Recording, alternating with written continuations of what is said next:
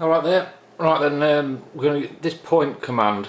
What this does is gives you a result from whatever location you put in there, from the X and Y. It'll give you the ink colour or whatever it is, a value. So what we're going to do is we're going to put a circle on the screen just to show you. So if it's 15 is a normal blank pixel, and anything apart from 15, then it will stop. So we'll increase the 1 at the X until it hits it. This is how we're going to run the game today. So you can see the X coming across, look, it's at 15 and it's touched the edge of the circle and it's gone to 5. So now we know 5 is a solid object and 15 is background. We use that for collision detection in the game.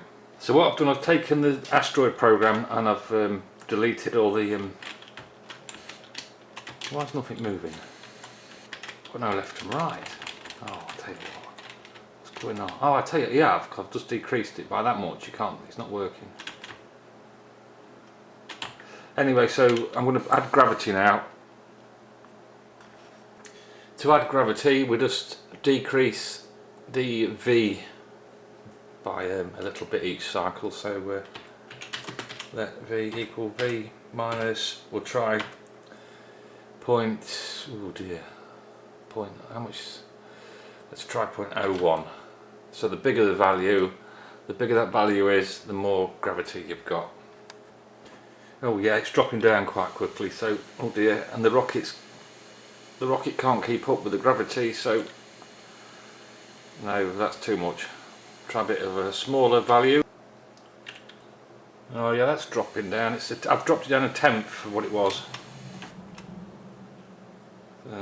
Is that anyway? We'll keep it at that because you're not supposed to use so much rockets, are you? So it's falling. Let's see if we can pick it up. Yeah, we'll try that anyway. We can always change it later on, can't we? But I've just realised that I can't keep refreshing the screen because it's going to be too much information on it. It's going to take about a second to refresh it, so I've got to actually delete the spaceship by changing the colour. It used to work on the ZX Spectrum, so what you do is change the graphics colour, and then you print the spaceship on top of the spaceship in the background colour so it disappears, rather than having to get rid of the background and then bring it all back again and what have you. So this is a program just to test the point, detects different colours, because G-Col, I've finally found out G-Col changes colours. Look, there's 1 and 4, so we'll just press play and then see if it works. Yeah, I've just got 2 different coloured lines going across to see if it picks up, and well, let's run it again, look. And there's a line going across, the detector going across there, and it picks up number 1, which is the top colour, G-Col 1, so that works. So I'll lift the detection up and so it comes across there, see what happens.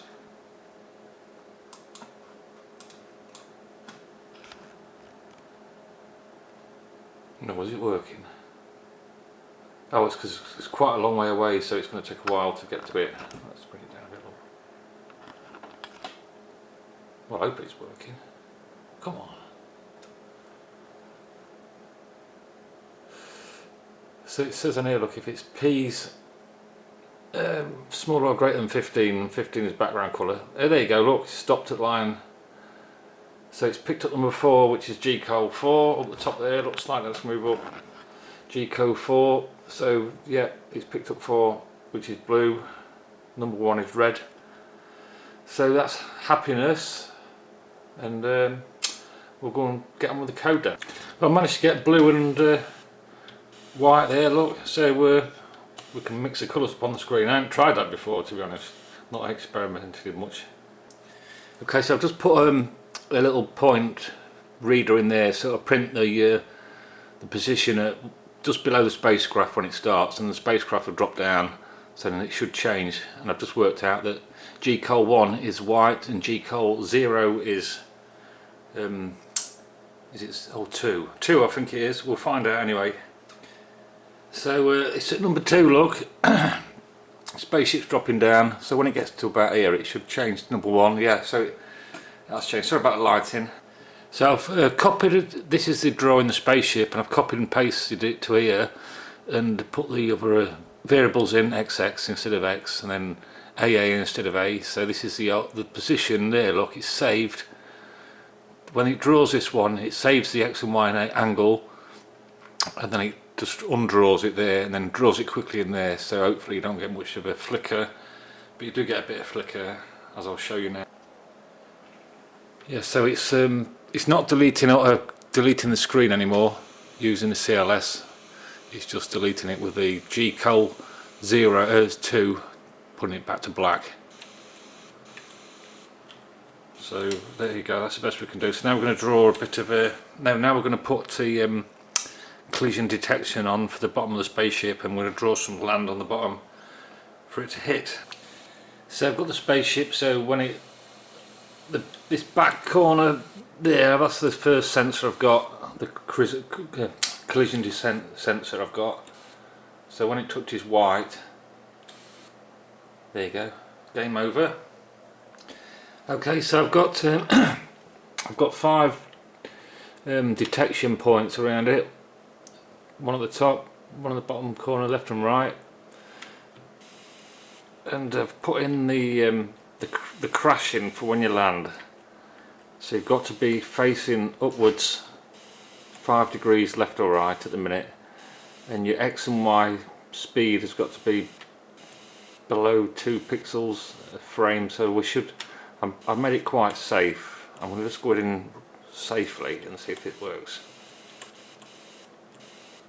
Yeah, okay, so that works. We'll just try crashing, or just try turning the angle around and coming in a bit steep.